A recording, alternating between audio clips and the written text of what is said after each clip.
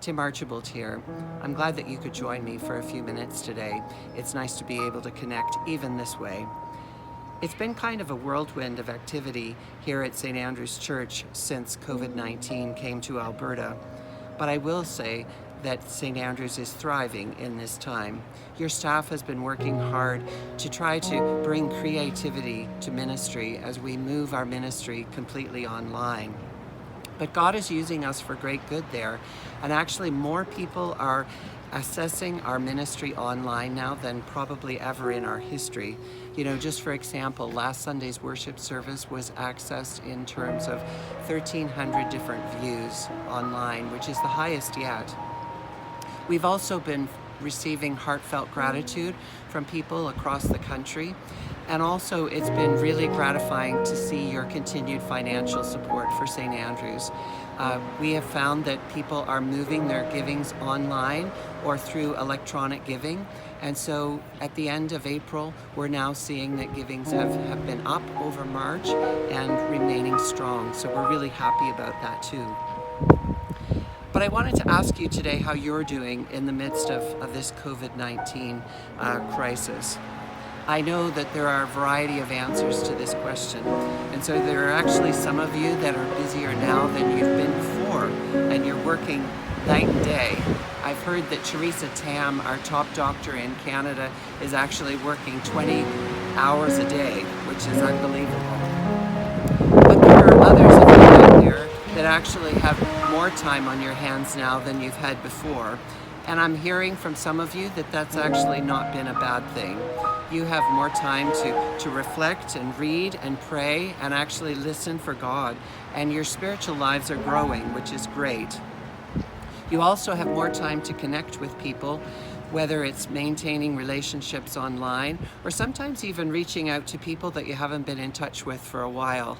I know one of the things that we've enjoyed in our house is that some people from King's Church, where we served previously in Nova Scotia, have reached out to say hello to us, and we've really enjoyed that, those surprise phone calls.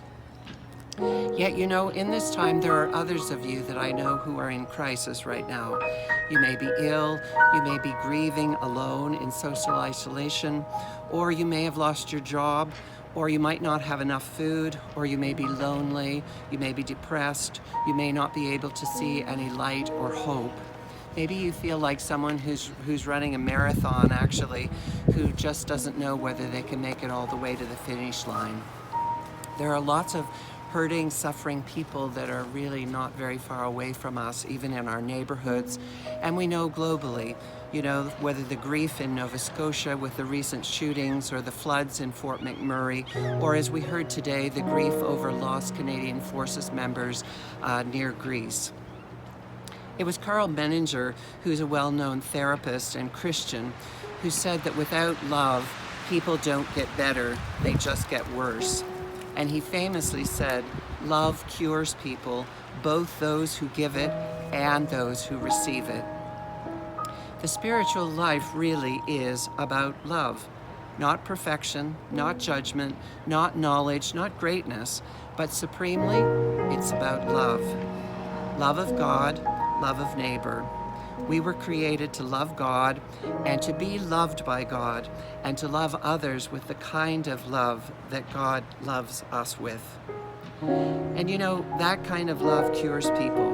Love is healing, both of the ones who give it and the ones who receive it.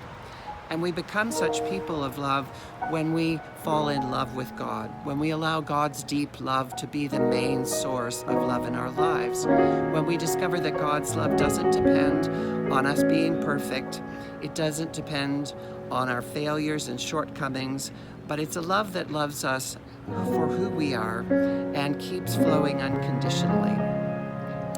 As we immerse ourselves in this kind of love in God, it becomes a source in us like a spring that keeps welling up and that doesn't tire or run dry.